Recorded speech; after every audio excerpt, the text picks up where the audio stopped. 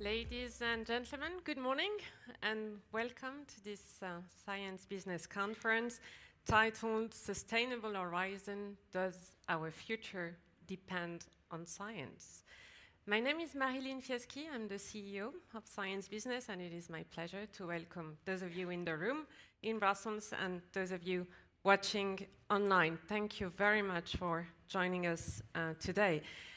A quick word on who we are and what we're doing here today. Well, for those who don't know, Science Business is a news and communications company that specializes in research and innovation policy in Europe, but also at the international level. We bring together 70 organizations in a network. Those 70 organizations are leading research universities, companies, associations, government agencies, and other type of organization. We are a pretty unique club. And in fact, today, this is the annual gathering of the network. So the work started yesterday. We had a series of workshops that looked at different aspects of Horizon Europe, with the objective to bring some recommendations to the attention of the Commission as part of the interim evaluation of the framework program. We also had a dinner. The presidents of the member organizations met yesterday evening of a dinner. Today, this is the public part of this gathering.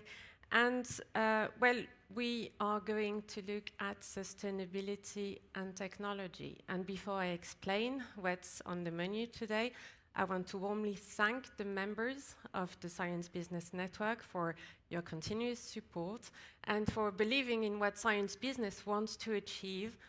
We are there to break barriers across countries, across sectors, and across institutions. So that's what it's all about. So, what are we going to talk about today? Sustainability, this you gathered. Technology, this you figured out as well. Many policy agendas at the European level, but also at the global level, all converge towards the need for sustainable solutions to make our future brighter, safer. And if we think at net zero, pandemic preparedness, circular economy, Green Deal, well, none of that can be achieved without sustainable solutions. But what is going to be the role of science and technology along the way? Where should the public funding and private investment go? What are the priorities that policymakers should look at? Are the green and the digital transitions truly compatible? And how to manage potential risks and unintended consequences of pursuing both in parallel?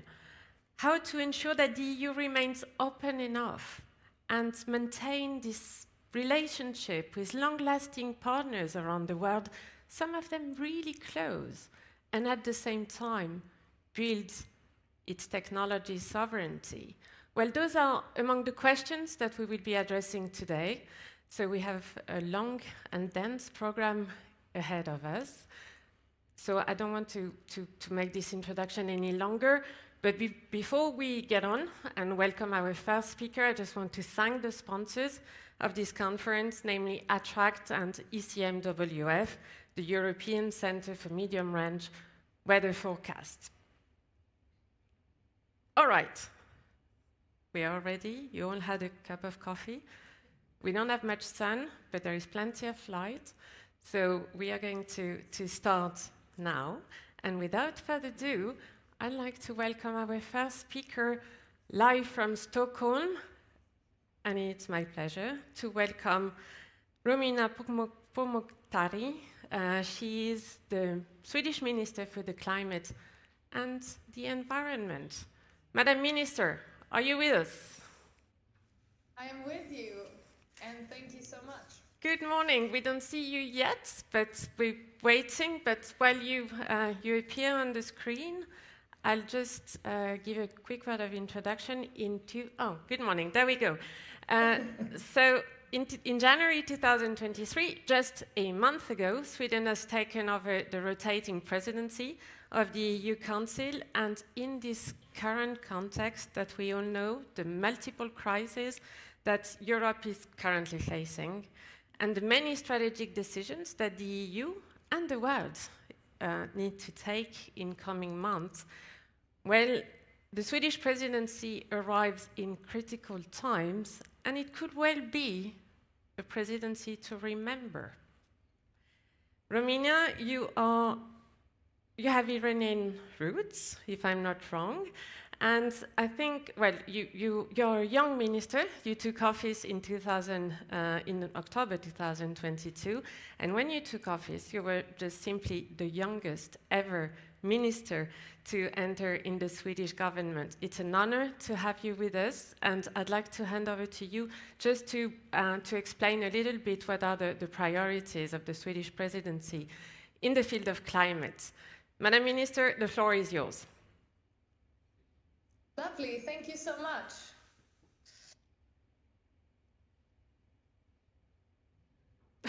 And we're losing the sound.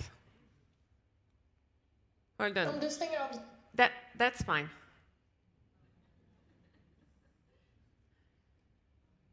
We can't hear you just yet.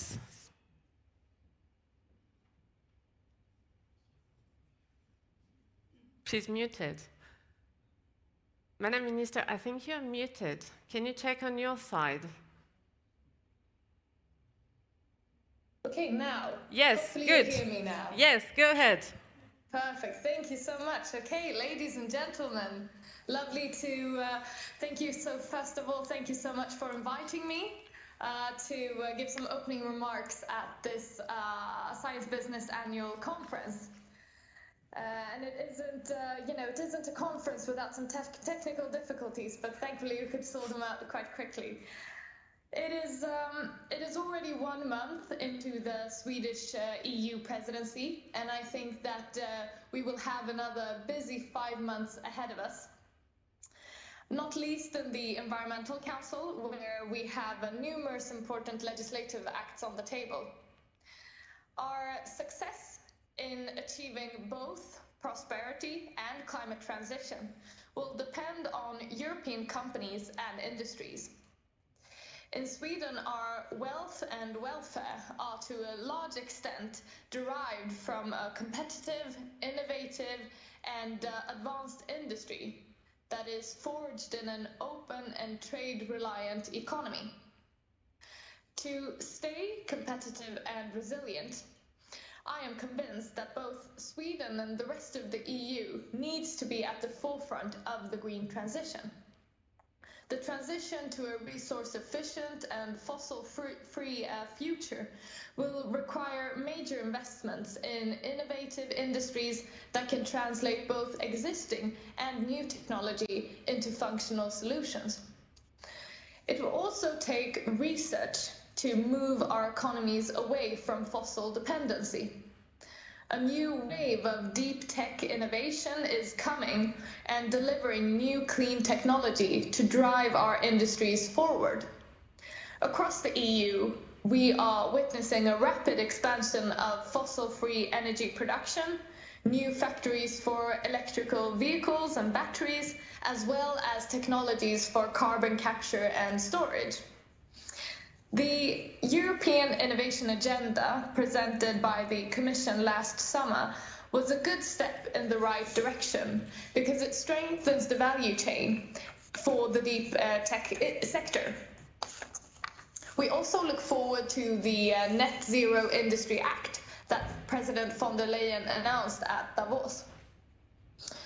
I think that we are at an interesting point in history where climate policy, security policy, foreign policy, industrial policy, and research innovation policy is intersecting. They all point to ridding ourselves of fossil fuels and replacing it with a system driven by green technology. This development does not come from thin air, but is a result of the Paris Agreement and the policies set up by the European Union and its member states. The European Climate Law and its climate targets have become a decisive signal to industries across Europe to speed up their transition. This was further strengthened by the Commission's ambitious work with the Fit for 55 package. And the political agreements now reached on, for example, the EU ETS and the CO2 standards for cars are already making a mark on the industry's investment decisions. And as presidents of the Council, Sweden stands ready to contribute to the full realization of the Green Deal. Top priority is reaching agreements on the remainder of the Fit for 55 files and putting the legislation into action, including the Renewable Energy Directive, the Energy Efficiency Directive, and the remaining transport files. We will be working hard to deliver on this, conscious of the obstacles that, of course, may arise in the wake of a continued difficult energy situation in our union. And we will make any legislation related to the energy crisis a priority, including any proposal on revising the electricity market legislation. And in the energy field, we will also continue to work on the Directive on Energy Performance of Buildings and the methane gas proposal, as well as the gas market package. This spring we will also have important work in complementing the Fit for 55 legislation with legislation such as the CO2 standards for heavy-duty vehicles and the F-gas regulation. And I would also like to highlight the Industrial Emissions Directive, which is an important tool for a green transition of our industries. We will try to progress as much as possible on all of these files, so as you can tell, we have a lot of work ahead of us. And I expect that during our presidency, we will also witness an emerging discussion on the post-2030 climate framework. Both the IPCC and the EU's long-term strategy show that extensive emission reductions need to be complemented with significant carbon removals to reach climate neutrality. And therefore, I also look forward to starting negotiations on the new proposal for an EU certification framework for carbon removals. And I believe that it is an important first step in preparing us for the post-2030 framework. We are in a decisive time for the European Union, and our prosperity is depending on how well we manage the multiple crises that the Union is facing. And I am convinced that we can prosper together. Thank you so much for listening. Thank you very much.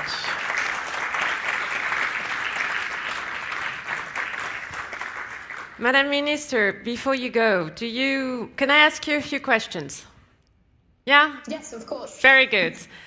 The very first question is actually one of your priorities, the presidency priority, looking at competitiveness, right? And it comes along with security, unity, and green and energy transition, the democratic values, and so on. I just wanted to pick up that word from what you just said, because it's been a while since we had competitiveness as one objective.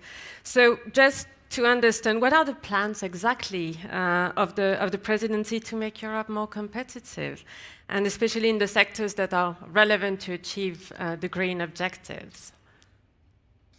Well, I do believe that we have some experience from Sweden that we can all benefit from, and that the presidency will try to make best use of in progressing when it comes to competitiveness, also in the aspect of the green transition. Now, I'm famous for giving long answers, but it's all of the information is very important for you to hear. I think that complex crises like climate change, biodiversity loss, pollution, and waste, they all require a change in the societies at large. And collaboration and co-creation by the public and private sector, as well as the academia and civil society, these are key ways to address the challenges in a complete way and in an effective way. And Sweden is always, or not always, I would hope always, but often ranked as one of the most innovative countries. And one success factor is this type of triple helix model where academia, industry, and public agencies together identify the needs and challenges and develop research and innovations together that meet the actual needs that we have. And I think that a part of our success is not having these matters being handled in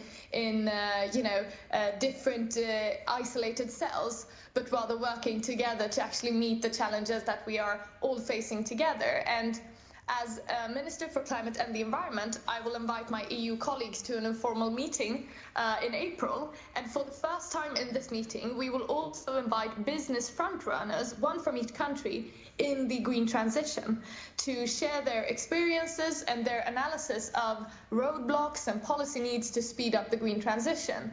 And I hope that that will be an inspiration in meeting the spur of new ideas and also implementing those, and how policymakers can contribute to incentivize and facilitate the process of the green transition.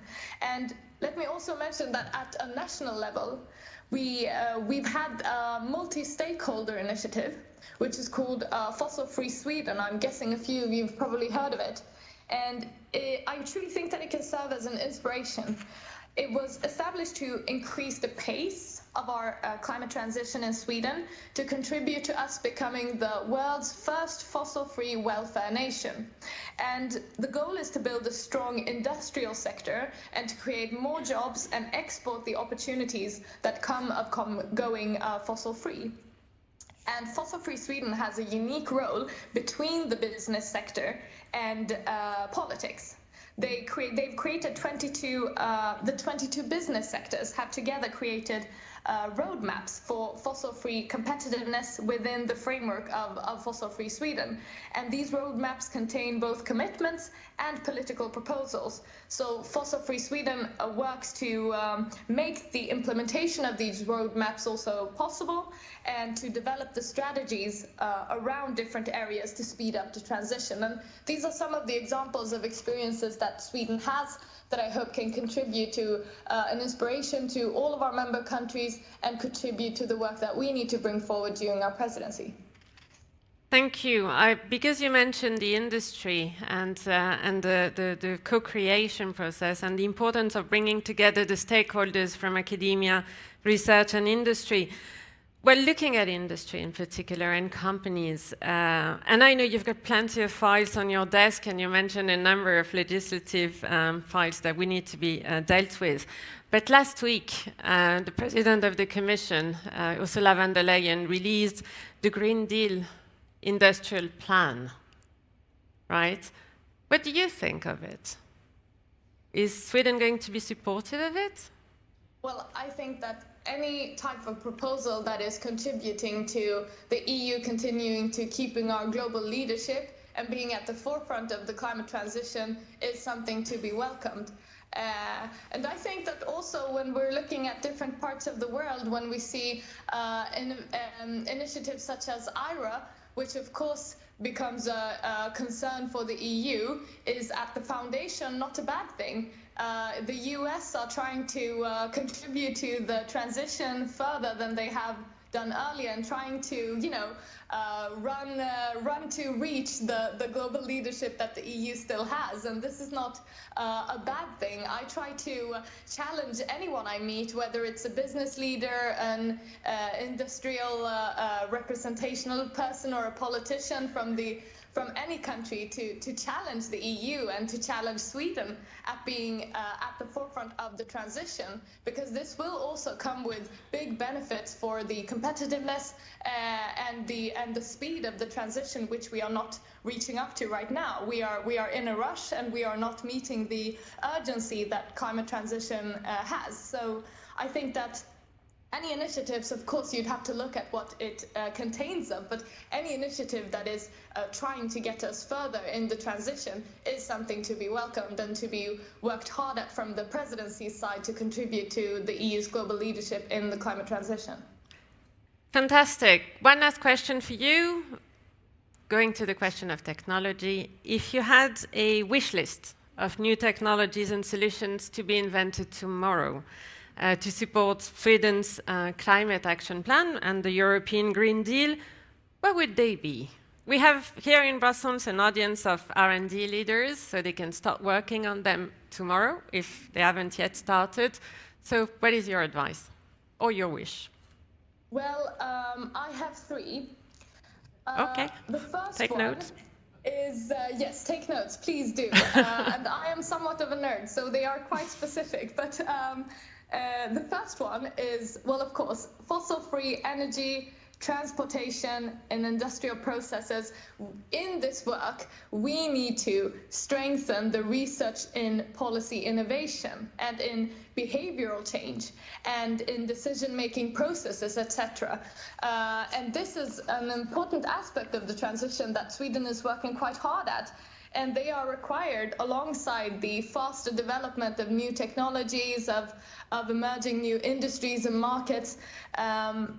We need efficient and legally secure public administrations to tackle the climate crisis and the transformative change of our society. So I think that this is an aspect to truly take care of, the strengthening of the policy innovation and behavioral, looking at the behavioral change and decision-making processes for the climate transition.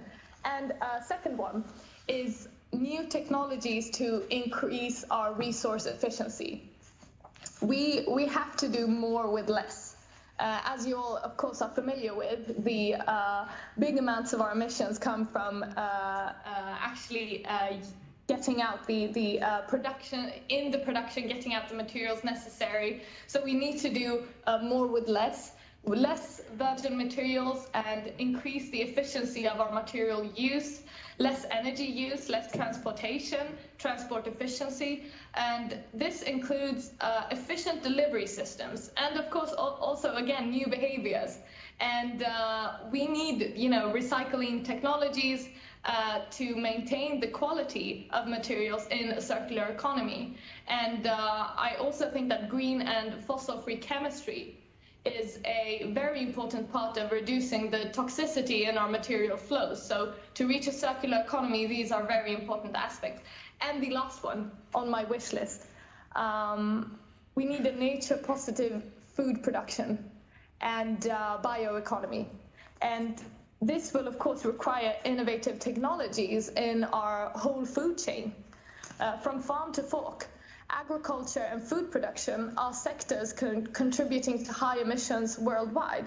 31% of human-caused GHG emissions originate from the world's agri-food systems, and it is one of the toughest sectors to reduce GHG emissions in. So we truly need the innovative technologies also in the whole food chain, and I think that anyone who would be willing to look at the needs in the sector can truly be a part of the benefits that will come of the competitiveness of the transition. You can truly benefit from it because it is necessary. And I get so happy talking about this wish list because I feel as if it will come true just by me saying it out loud. But I look forward to bringing the policy work forward and creating the incentives for development in these three areas because they are truly key to our transition. Very good. Minister Pourmokhtari, it was a pleasure to have you with us this morning. Thank you for setting the scene. You've given plenty of substance to discuss this morning. So we let you go back to the many files you have to deal with. And thank you again for being with us today. Thank you so much. Thank you.